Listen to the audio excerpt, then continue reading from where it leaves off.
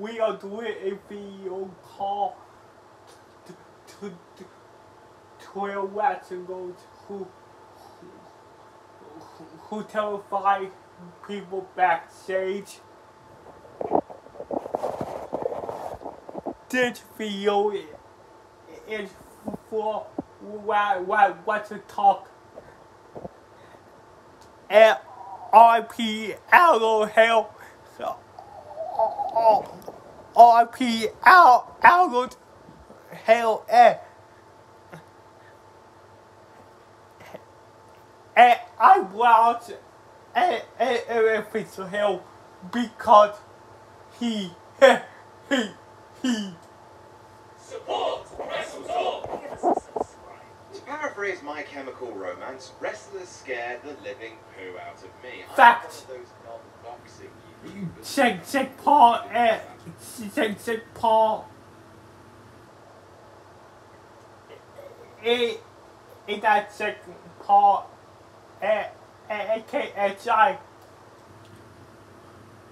or go get Paul. Efficiency of wet bread. I do have a black belt in sarcasm and tend to damage bonding stories online about big dudes, such big dudes, they scare other big dudes with their bigness. There are honestly too many scary wrestlers to mention, so I had to remove some of the tough but sweet ones, the ones that could kill you with a wag of their ears. He blocked that to go could kill you with one touch.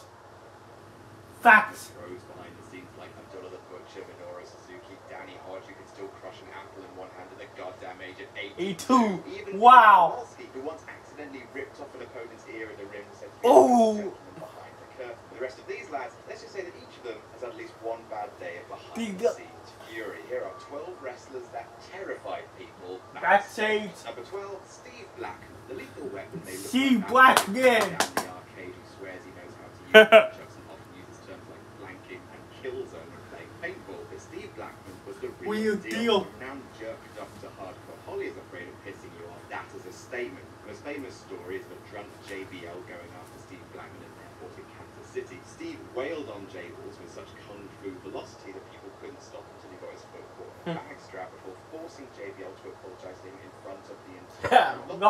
He would quote, finish him. Wow. If he hadn't got injured after the first round, Steve Blackman would have won the entire shoot fighting brawl for all tournaments and killed him at WrestleMania. Number 11, Scott Steiner. If you look at Freakzilla in the dictionary, then you won't find anything. That's why Scott Steiner killed the man who invented the Big Papa Pump has what is known in the medical industry as the swollen crazies, which is when you become so hench that reality and sanity are too afraid to work with you. For a random episode of WCW Nitro, Scott Steiner just decided he wanted to bring a tiger to the ring with him, so he did, despite almost swiping out Rey Mysterio's eye backstage with a young Seth Rollins' disturbance.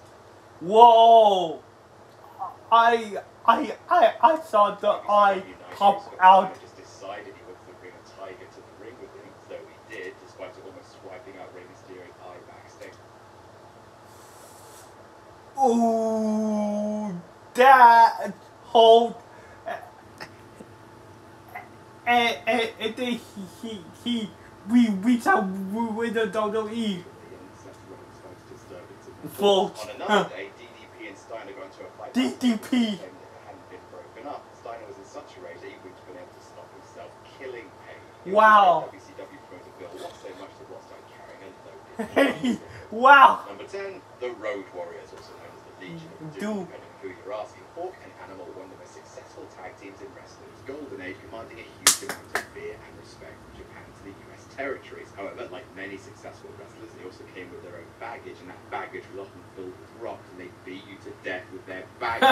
First of all, they were some of the stiffest workers in a time where wrestling still had pretensions of reality, especially when they wrestled enhancement talent, working them over so hard that jobbers would actually pack their stuff and flee the building when they were told they were facing the wow. Also, if you told them they were losing a match, they would place a hand on your shoulder and say, alas, not old friend, with a tendency to change the finish of the match on even the most respected wrestlers. And finally, wow. Hawk once took a huge amount of sedatives before his wow. match at SummerSlam 1992. And is there anything more terrifying than looking across the ring at a man who caved your head in, also not in full control? Wow, Hawk. Number 9, Andre the Giant. What? The actor once said, if Andre didn't like you, he should have been the most terrified person in the world. Looking at him, yeah. if a killer whale developed legs and a Oh. bone, that would be Andre the Giant, a man with an ungodly amount of strength and no qualms about enforcing locker room etiquette via real-life Looney Tunes violence. Andre's stories are legendary, from Hogan being terrified the Giant was going to go off script in their Mania 3 match and he wouldn't have been able to stop him, to the tale of Andre flipping a parked car that had 4 civilians inside, to wrestlers hiding from Andre because they didn't want to watch the Princess Bride with him for the 6th time, didn't want to make him mad, to a story we've shared before, Andre reminding wrestlers of their place by jamming his chorizo-sized thumb. Oops.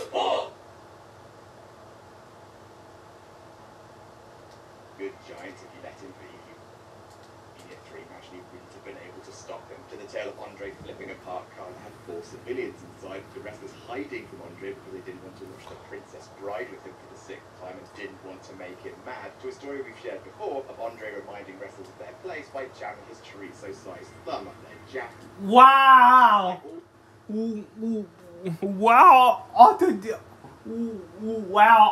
Andre the Giant was a piece to the greatest big cat of all time. Good Giant, if you let him be, you'd be fine. If you stole his goose, he'd grind your bones to make his bread. Number 8, Lou Thesz. Between the 1940s and the 1960s, Lou Thesz was one of the biggest stars in wrestling on a global scale. He was revered as a god in Japan, and even in America, Thesz beat pretty much everyone there was to beat. The reason for that is pretty simple. If you didn't want to lose to Thesz, whoops, there's nothing you can do about it. He was one of wrestling's last great shooters, i.e. someone that could destroy you with wrestling holds for super realsies. In his later years, he may have looked more like a milkman than a mat master, but he was a booker, someone who could end a match with legit holds anytime they wanted. The original Sheik was a certifiable tough guy in his own time, but according to one story, Thesz was being so rough on him in the ring that he ran out of the arena and hid under a bus. Number 7, Ron Simmons. Damn, Ron Simmons was so strong that he once referred to himself as unfuckable, and no one has argued. Unfuckable how?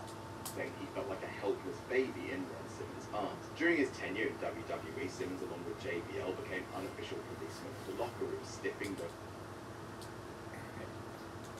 AKA the Shield.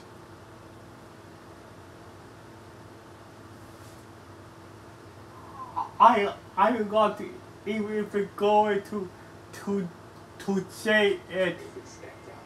Unlike JBL, who reportedly barked from over the bit, Ron Simmons was quiet as a church mouse until you broke the rule, at which point he would visit upon you a biblical vengeance. Mark Henry tells a story where Ahmed Johnson was reckless in the ring. The Godfather. Later, when Simmons came back, bro, the whole way. In the locker room, gathered at the curtain to watch Ron beat the ever-loving shit out of Johnson. Mark Henry describes it as like watching a lion or a tiger attack some helpless animal in the wild. Wow. Number 6, Rick Rude. Ravishing Rick Rude was your mum's dream and your dad's nightmare. Ha! Fact. Rick Rude. Breeding narcissist gimmick, but despite his suggestive tights and the kind of moustache that landed on him in prison, he was one of wrestling history's toughest SOBs. Before wrestling, he used to work as a bouncer, and one night with his arm in a sling, he knocked a man unconscious with one. Down! Scary men like Randy Savage would up.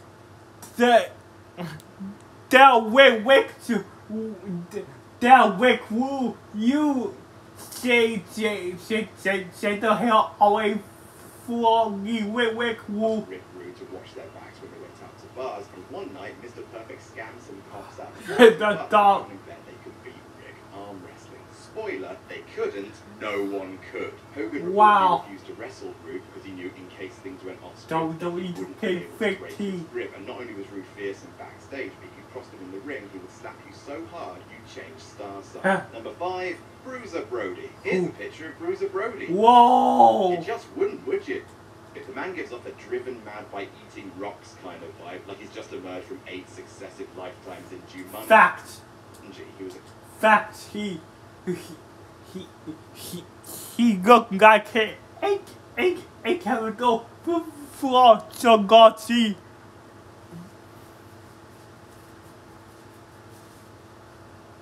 a huge star, especially in Japan, and was fiercely protective of his man brand, in much the same way that a lion is fiercely protective of its pubs. If he felt like he wasn't being respected by a promotion, Brody would often change matches on the fly, giving him a fearsome reputation of being violent and unpredictable. The most famous incident of this was a cage match between Brody and Lex Luger. For one reason or another, Brody got upset during the match and stopped selling all of Luger's offense. Luger tried to ask Brody what was wrong. He wouldn't answer. Eventually, confused and terrified, Luger worked out a brand new DQ finish which involved him just shoving the referee. Then when the bell rang, he hopped immediately out of the ring. Can you imagine that happened today? Over the top of the cage. That will be jumping off. And headed straight to the back. Number 4, New Jack. Oh good. Good Jack! Oh my God! Being a dangerous lunatic without incurring the wrath of New Jack for being a dangerous lunatic. Thankfully, I'm the kind of guy that New Jack would just love. R.P. the hell. And the eyebrows his tail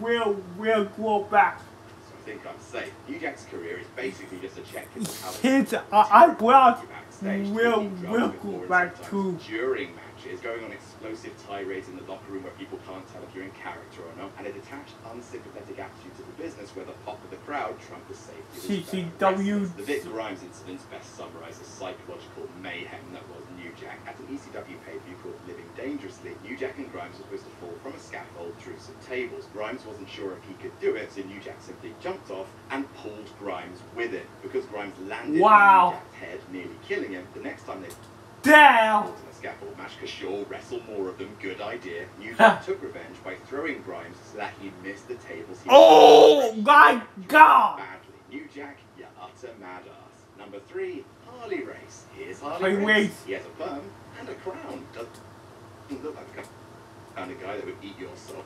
He looks like somebody go dead. Fact. But he would. It said there are only 2 men that Andre the Giant was afraid of. One we'll talk about later, and the other was Hart. The stories are almost endless. He responded to being pranked by Owen Hart by tasing him. What? For a show, he broke the nose. What? Don't wait. Don't call after me to wake wood and wait. Don't call after me. With a drunk Hell's Angels bike who made him pass out in the ring as a lesson to the other gang members, and most famously, a story of Harley Race being annoyed by WWF's aggressive expansion into other wrestling territories, so he went to a WWF show, punched Hogan to the floor, and pulled a fucking gun on him. Wow! Wow! So that will happen. Has had trouble managing race relations. Number 2, The Undertaker. No one messes with The Undertaker. It's not just a golden rule of life, but a golden rule of wrestling. Fact.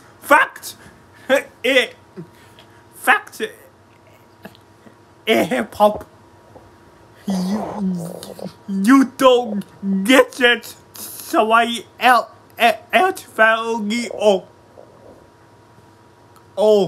You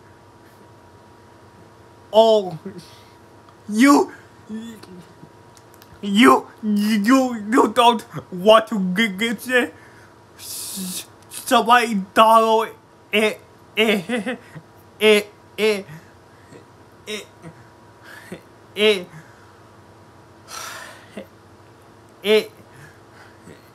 hip hop and that dollar it's a dollar hanging on that god.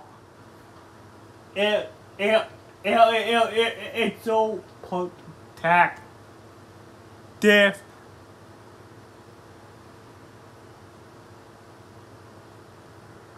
Yup.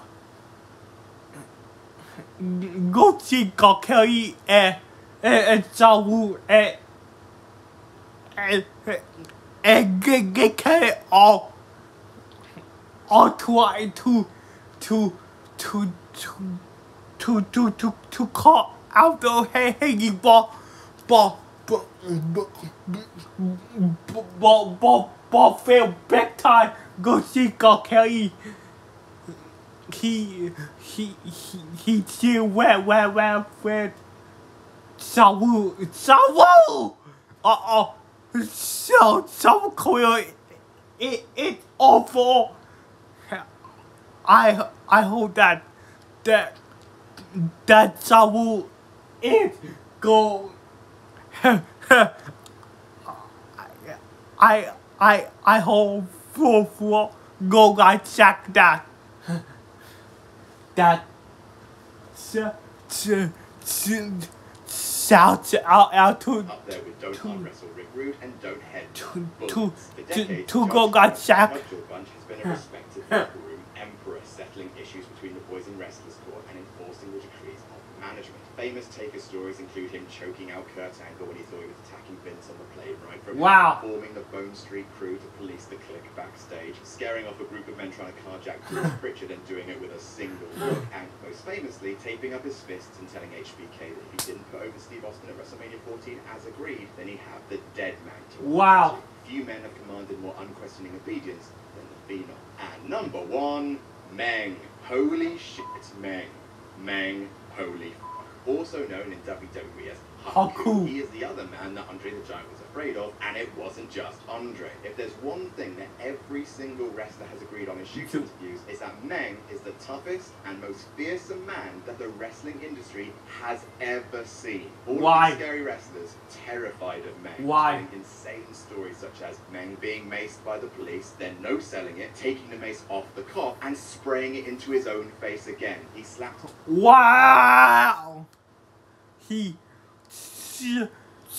So he go sell be engaged. Oh my God, that's a real bottle. Tommy death grips on people that pissed him off in bars. Bit the end of a guy's nose off in a bar. Bruce Beefcake complained to man.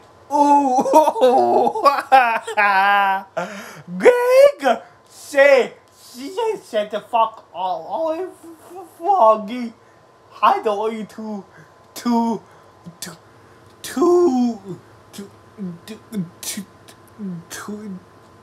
bite off a guy go. Even the men were being too rough with him. Men grabbed him by the throat, lifted him 2 feet off the ground before Hulk Hogan had to beg him to let Beaver go. A bar fight starting and men knocking out 6 guys in 30 seconds. Wow! When he got into a dispute backstage with a wrestler called Jesse Barr, he came within millimeters of gouging his eye out with his thumb. On a list of bad ideas, you don't tug on Superman's cape, you don't spit into the wind, you don't pull the mask off that old Lone Ranger, and you don't mess around with men. And that's our list. What are your favorites? Wow!